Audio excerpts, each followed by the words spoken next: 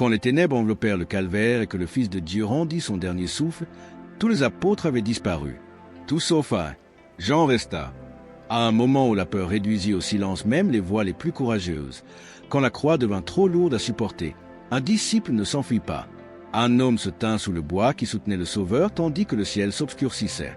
Il était assez près pour entendre Jésus murmurer ses dernières paroles. Et dans cet instant d'agonie, Jésus baissa les yeux et lui confia sa mère. Jean n'était pas le plus bruyant. Il n'était pas le plus impulsif. Il n'a pas marché sur l'eau ni prêché en premier à la Pentecôte, mais il fut le seul à rester quand cela comptait le plus. Ce n'est pas seulement une histoire de loyauté, c'est une histoire de transformation. Car Jean n'a pas toujours été ainsi. On l'appelait autrefois le fils du tonnerre, colérique, ambitieux, avide de gloire. Il voulait le pouvoir, il voulait une position élevée. Il alla même jusqu'à demander à Jésus de faire pleuvoir le feu sur ceux qui n'étaient pas d'accord avec lui.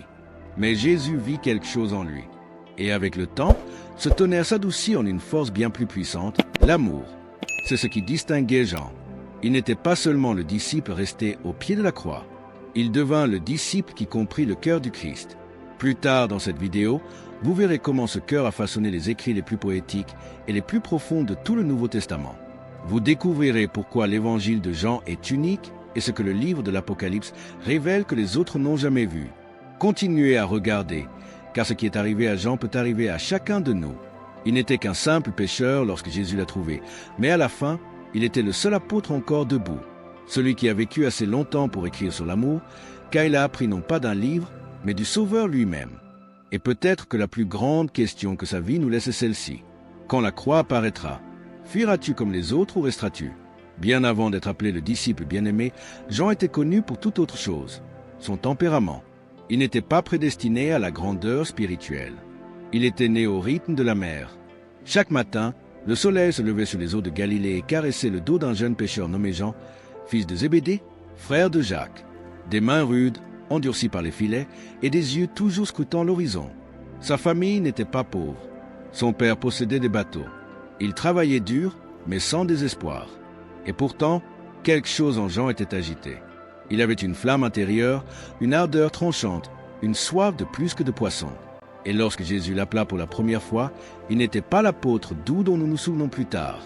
Il était audacieux, ambitieux, impatient.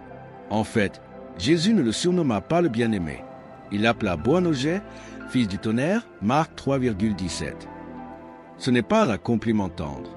C'était un avertissement, le reflet de la tempête qui brûlait encore en lui. Un jour, Jean vit un village samaritain refuser l'entrée à Jésus et demanda « Seigneur, veux-tu que nous fassions descendre le feu du ciel pour les détruire ?» Luc 9,54.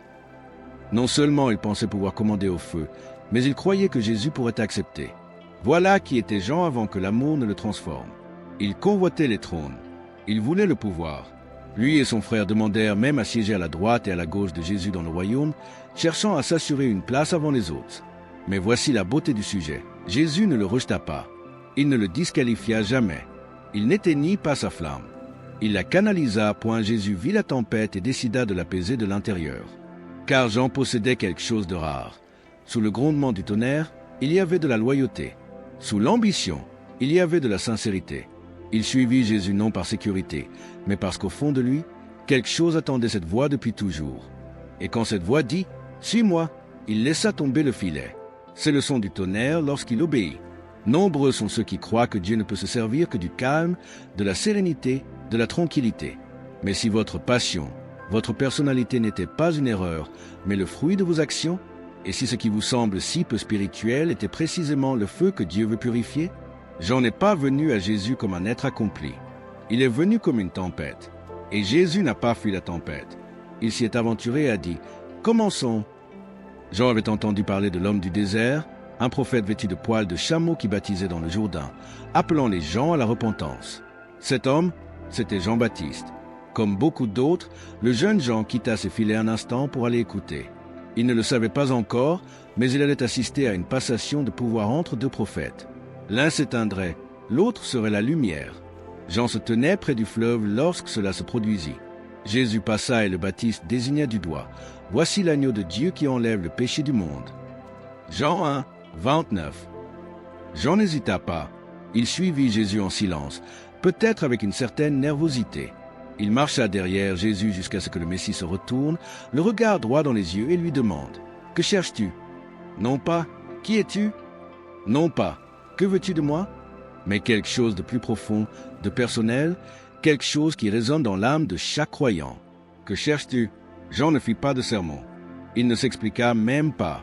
Il demanda simplement « Rabbi, où demeures-tu » Il l'appela Rabbi, un mot hébreu qui signifie maître ou enseignant, car c'est ainsi que tout avait commencé. Il ignorait encore qu'il était le Messie, le Fils de Dieu. Mais au fond de lui, il le savait. Cet homme détenait les réponses. C'était plus qu'une simple question. C'était un désir ardent, une façon de dire « Je ne veux pas d'un instant, je veux rester ». Et Jésus répondit par une invitation qui résonne encore à travers l'éternité. « Viens et vois ». Jean 1, 39. C'est tout ce qu'il fallut. Jean le suivit jusqu'à l'endroit où il logeait et y resta le reste de la journée. Le soleil déclinait, baignant les rues pavées d'une lumière dorée. Le silence entre eux n'était pas gênant, il était sacré. Chaque parole de Jésus semblait dissiper le tumulte du monde. Plus tard, lorsque Jean écrivit ce récit, des décennies s'étaient écoulées, mais il se souvenait encore de l'heure. C'était vers la 10e heure, aux alentours de 16 heures, précisa-t-il. Pourquoi se souvenir de l'heure exacte? Parce que c'est à ce moment précis que tout a basculé. Non pas lorsqu'il a entendu parler de Jésus, mais lorsqu'il s'est senti vu par lui. Non pas le jour où il a entendu parler de Jésus, mais le jour où il l'a rencontré, le jour où la curiosité s'est muée en conviction. Il n'a pas inscrit son nom dans ce récit. Il n'a jamais dit « c'était moi », mais il se souvenait de l'endroit où il se trouvait, de ce qu'il avait entendu, la façon dont Jésus le regarda et l'invita à s'approcher. Ce n'était ni ostentatoire, ni spectaculaire, mais c'était sacré. Et à partir de ce moment, Jean ne serait plus jamais le même. Parfois, les plus grands appels commencent par une question. Ni le tonnerre, ni les miracles, juste une voix douce qui demande « Que cherches-tu vraiment ?» Et peut-être que Jésus vous pose la même question en ce moment. Jean suivait Jésus, mais il ne le comprenait pas encore. À ses débuts, il marchait derrière le Messie avec enthousiasme, mais aussi avec des attentes. Comme beaucoup en Israël, il pensait que le royaume viendrait avec des épées et des couronnes. Il croyait que Jésus renverserait Rome, instaurait des trônes et prendrait la place qui lui revenait de droit en tant que roi. Et Jean voulait être près de ce trône. À un moment donné, lui et son frère Jacques prirent Jésus à part, ou plutôt, ils envoyèrent leur mère les chercher. « Dis que mes fils siègent l'un à ta droite et l'autre à ta gauche dans ton royaume. » Matthieu 20, 21. C'était audacieux, c'était impertinent, et cela révélait ce qui persistait encore dans le cœur de Jean, l'ambition. Il ne se contentait pas de suivre. Il voulait une position importante. Et pourtant, Jésus ne le repoussa pas. Il ne le couvrit pas de honte. Il ne le rejeta pas. Au contraire, il scruta l'âme de Jean et commença à y façonner quelque chose de plus profond. Jean resta près de lui. Il continua de marcher et, tout en marchant, il observa. Il vit Jésus s'arrêter pour des lépreux que personne d'autre ne voulait toucher. Il le vit embrasser des enfants que d'autres considéraient comme un fardeau. Il le vit s'agenouiller pour laver les pieds de ceux-là même qu'il abandonnerait. Il entendit les sermons, mais c'est le silence qui le transforma. Le regard de Jésus lorsque la veuve déposa sa dernière pièce dans l'offrande. L'hésitation avant de pardonner à une femme prise en flagrant délit de péché. Le murmure dans le jardin lorsqu'il pria « Que ta volonté soit faite et non la mienne ». Luc 22, 42. Et peu à peu, l'ambition de Jean commença à s'apaiser. Non pas à disparaître, mais à se transformer. Il n'a pas perdu sa passion.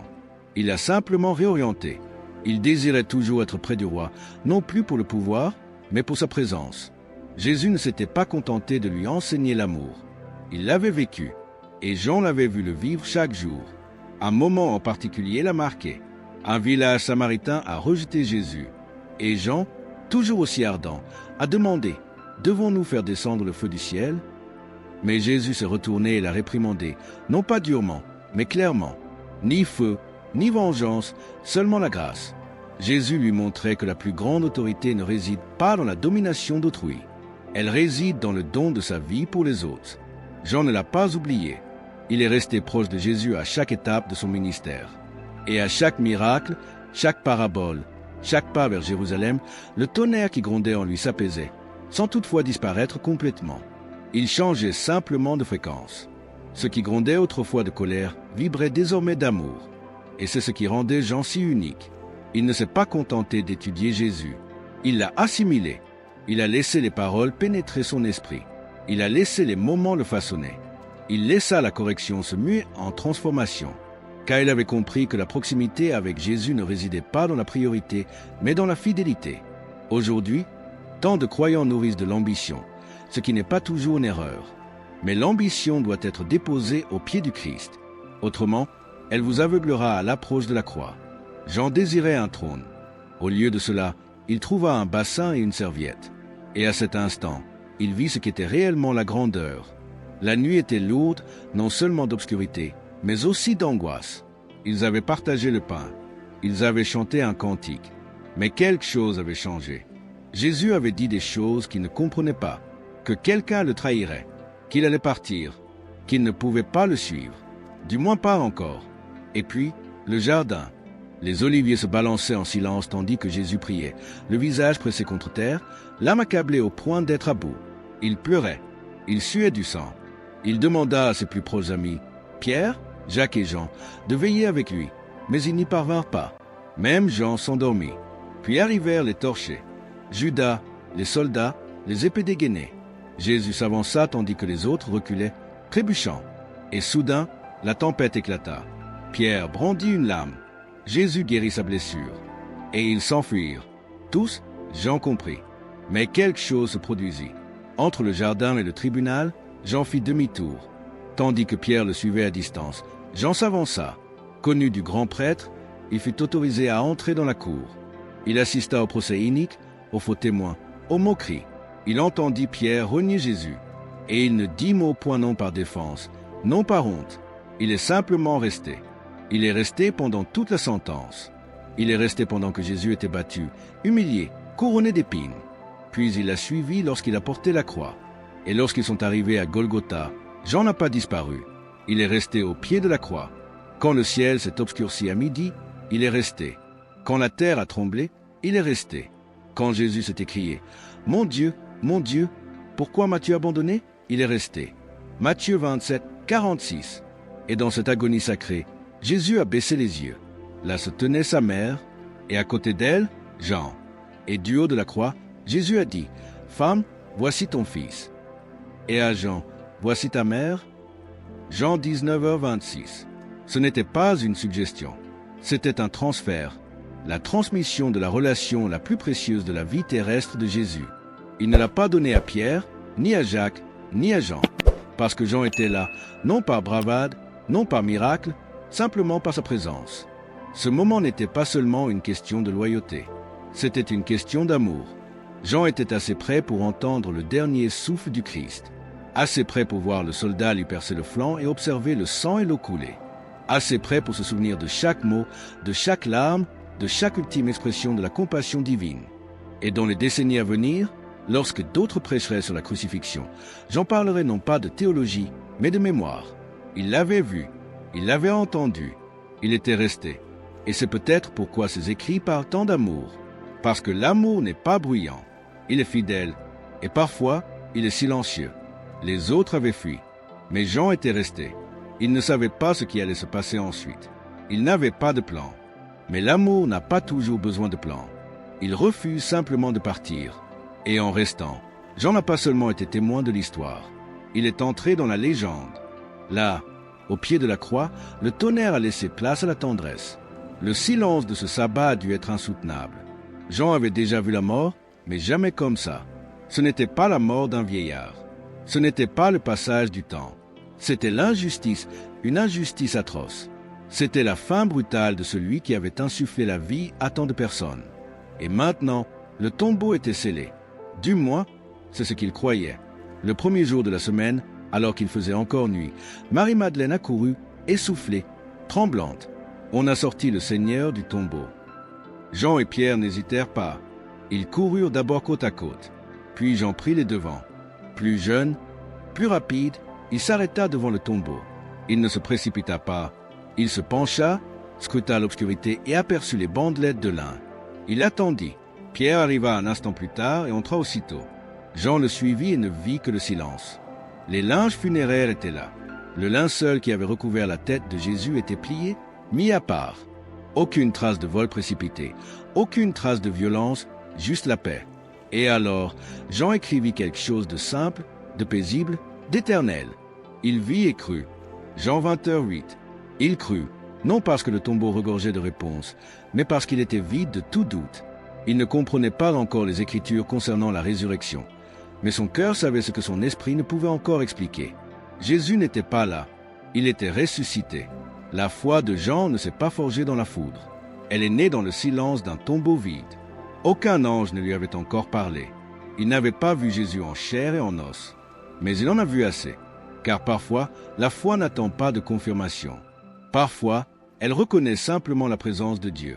Ce moment, silencieux et sacré, marqua le début d'une nouvelle étape de sa transformation.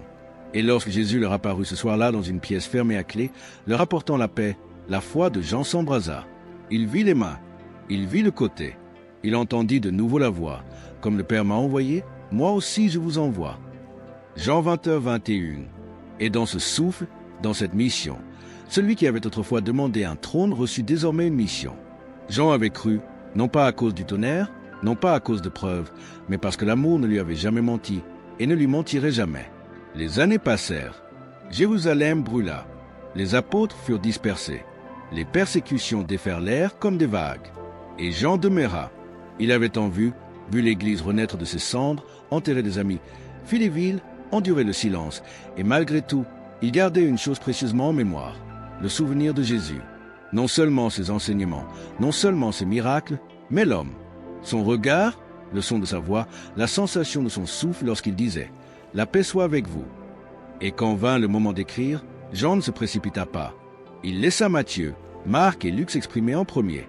Il honora leur témoignage. Mais lorsqu'il prit enfin sa plume, il ne se contenta pas de relater des faits. Il révéla le sens. Il commença sans crèche, sans généalogie, juste ceci. Au commencement était la parole, et la parole était avec Dieu, et la parole était Dieu. Jean 1, verset 1. Il ne se contentait pas de raconter une histoire. Il dévoilait un mystère point et elle parlait d'une lumière qui perçait les ténèbres, d'une vie inextinguible, d'un amour qui n'était pas qu'une simple émotion, mais une essence même. Jean n'écrivait pas pour les curieux, mais pour ceux qui avaient soif de vérité. Son évangile n'était pas une liste de miracles, mais une révélation d'identité. Il a choisi cette signe, non seulement pour leur puissance, mais parce que chacun envoyait à une réalité plus profonde, l'eau changée en vin, car la joie précède la mort dans le royaume, la guérison des aveugles, car il faut voir avant de croire, la résurrection de Lazare, car Jésus ne se contente pas de repousser la mort, il la vainc. Et à travers tout cela, Jean a dépeint le Christ non seulement comme un guérisseur, mais aussi comme l'agneau de Dieu, le bon berger, le vrai CEP, le pain de vie, la résurrection, la vie, le chemin, la vérité et la vie. Chaque page de son évangile vibre au même rythme, car Dieu a tant aimé le monde. Jean 3,16. Ce n'était pas un enseignement abstrait, mais le témoignage d'un ami qui avait reposé sur la poitrine de Jésus. Il avait perçu le souffle du ciel. Et maintenant, il écrivait pour que d'autres puissent l'entendre aussi. Mais Jean ne s'arrêta pas à l'Évangile. Il écrivait des lettres courtes, percutantes, empreintes de tendresse. Dans ces lettres, il appelait les croyants ses enfants, les mettait en garde contre la tromperie, les exhortait à marcher dans la vérité. Par-dessus tout, leur disait d'aimer. Aimons-nous les uns les autres, car l'amour vient de Dieu. Quiconque est né de Dieu et connaît Dieu. Celui qui n'aime pas ne connaît pas Dieu, car Dieu est amour. 1 Jean 4,7. Pour Jean, l'amour n'était pas une option. C'était une évidence, la marque indéniable de celui qui avait véritablement vu le Christ. Car comment rencontrer Jésus et ne pas être transformé? Ces lettres n'étaient pas écrites en théorie. Elles étaient écrites en mémoire. Il se souvenait du bassin. Il se souvenait du sang. Il se souvenait du murmure. Aimez-vous les uns les autres comme je vous ai aimé. Et jusqu'à la fin de sa vie, Jean ne cessa de le répéter. Non pas par manque de nouvelles intuitions, mais parce qu'il n'existait pas de vérité plus grande. Il avait vécu selon la parole. Et maintenant, il écrivait pour que nous puissions le faire aussi. Ils ont essayé de le faire taire. Quand Jean atteignit un âge avancé, Rome ne s'intéressait plus aux chrétiens. Elle était hostile, violente. L'empereur dévastateur avait érigé la persécution en politique. Et Jean, le dernier apôtre vivant, était devenu une menace. Alors, ils l'exilèrent à Patmos, une île aride de la mer Égée, isolé, balayé par les vents, oublié. Mais Jean n'était pas seul. Il ne l'avait jamais été. Il avait survécu à Pierre, Paul, Jacques, Thomas. Il avait enterré des amis et des compagnons d'armes dans la foi. Mais son esprit restait ancré, sa mémoire toujours vive, son espérance toujours ardente. Et c'est là, en exil, dans l'isolement, dans le silence que le ciel avait ouvert, qu'il ne cherchait pas de vision. Il adorait Dieu. « J'étais en esprit au jour du Seigneur », écrivit-il. Apocalypse 1h10. Et soudain, une voix derrière lui, comme le son d'une trompette, une présence plus rayonnante que le soleil, des yeux comme du feu, des pieds comme du bronze, une épée sortant de sa bouche. Jean se retourna et tomba à terre comme mort. Car celui qui parlait n'était pas seulement Jésus, le Maître.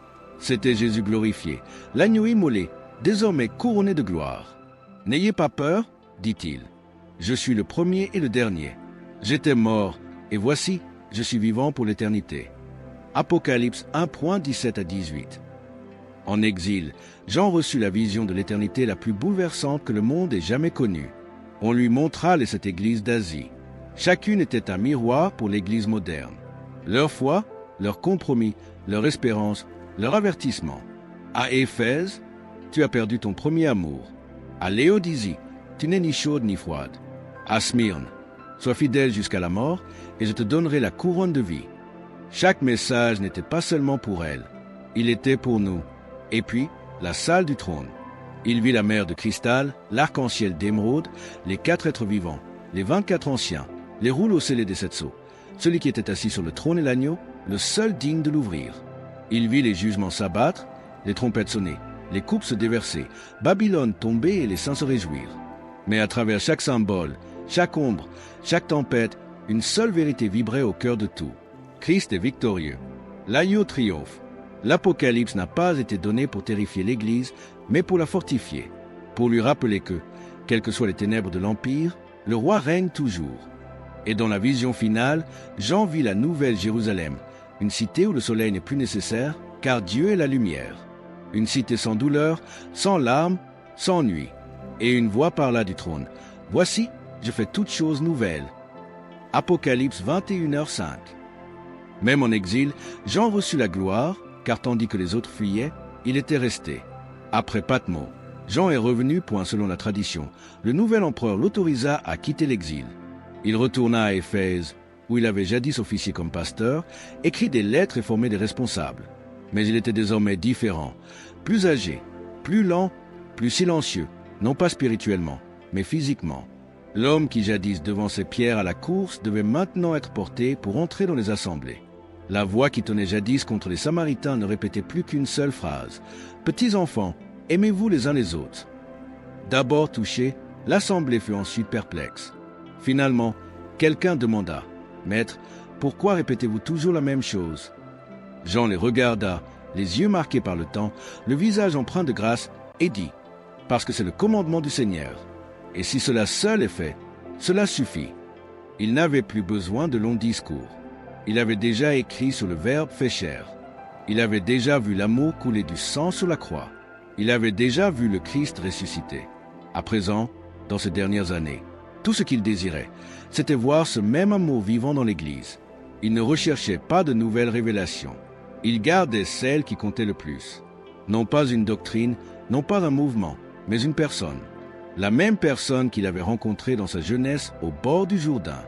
La même voix qui avait dit « Venez et voyez ». Le même Sauveur qui, du haut de la croix, avait dit « Voici votre mère ». Le même roi qui, debout sur Patmos, avait déclaré « Je suis vivant pour l'éternité ». Jean vécut plus longtemps que tout autre apôtre. Non pas parce qu'il était plus fort, mais peut-être parce qu'il avait reçu une mission qui ne pouvait être précipitée. L'amour a besoin de temps pour mûrir. Et à la fin de sa vie, il en était devenu l'incarnation vivante. Il avait cheminé avec Jésus et avait été transformé par lui. Non pas en un instant, non pas du jour au lendemain, mais au fil d'années de silence, de service et d'abandon. C'est là toute la beauté de l'histoire de Jean. Il n'a pas brillé le plus intensément, mais il a persévéré le plus longtemps. Non pas celui qui a parlé le premier, mais celui qui est resté le dernier. Non pas celui qui a présidé la Pentecôte, mais celui qui a veillé au pied de la croix. Sa foi n'était pas la plus bruyante, mais la plus fidèle. Et à la fin, lorsqu'il ne put plus tenir debout, il se laissa porter par les autres. Mais son message demeura « Aimez-vous les uns les autres ». Car pour Jean, l'amour n'était pas le commencement du discipulat, mais sa preuve. Jean commença comme pêcheur. Il rêvait de pouvoir. Il implorait le feu. Il convoitait les trônes. Mais à la fin, il tenait un bassin. Il se tenait au pied d'une croix. Il murmurait l'amour. Et c'est peut-être là le plus grand héritage de tous. Ni les miracles, ni les visions, ni même les écrits, mais la transformation. Car Jean, il ne s'est pas contenté de suivre Jésus, il est devenu comme lui. Il s'est appuyé contre la poitrine du Christ. Et ce faisant, il a appris le rythme du ciel. Il a vu le Maître servir. Il l'a vu souffrir. Et puis il a passé le reste de sa vie à dire au monde, « Voilà à quoi ressemble l'amour. » Il a écrit un évangile unique en son genre. Il a eu des visions qu'aucun autre apôtre n'a reçues. Il a vécu plus longtemps que les autres, non par confort, mais par conviction, pour enseigner à l'Église comment persévérer. Car lorsque tout s'écroule, lorsque les dirigeants faillissent, lorsque les royaumes s'effondrent, lorsque le bruit s'estompe, seul l'amour demeure. Et cet amour n'est pas un sentiment. C'est la fidélité. C'est ce qui l'a maintenu près de la croix quand les autres ont fui. C'est ce qui a poussé Jésus à dire « Voici ta mère ». C'est ce qui a fait courir Jean au tombeau et croire. C'est ce qui l'a conduit à écrire, à corriger, à encourager et à persévérer, même en exil. Et maintenant, sa voix nous parvient, non avec le tonnerre, mais avec la vérité. Non avec la peur, mais avec le feu. Non avec l'éloquence, mais avec l'éternité. Ces choses ont été écrites afin que vous croyiez que Jésus est le Christ, le Fils de Dieu, et qu'en croyant, vous ayez la vie en son nom. Jean 20h31. Voilà ce que Jean veut pour vous. Non seulement pour que vous appreniez à connaître Jésus, mais le connaître, demeurer avec lui, aimer comme lui, marcher comme lui, devenir comme lui. Alors, si cette histoire vous a touché, partagez-la, non pour les clics, mais pour laisser un héritage, car quelqu'un que vous connaissez a besoin de se souvenir de ce qu'est la fidélité. Si le parcours de Jean vous a inspiré, faites-le nous savoir dans les commentaires. Votre témoignage pourrait rappeler à quelqu'un d'autre de persévérer près de la croix. Et si vous souhaitez entendre d'autres histoires d'apôtres, de prophètes et de personnes ayant rencontré Dieu face à face, abonnez-vous, non pas à une chaîne, mais à ce parcours. Et souvenez-vous des paroles que Jean répétait sans cesse. Petits enfants, aimez-vous les uns les autres. Car, au final, l'amour n'est pas la dernière leçon. Il est l'essence même de l'enseignement.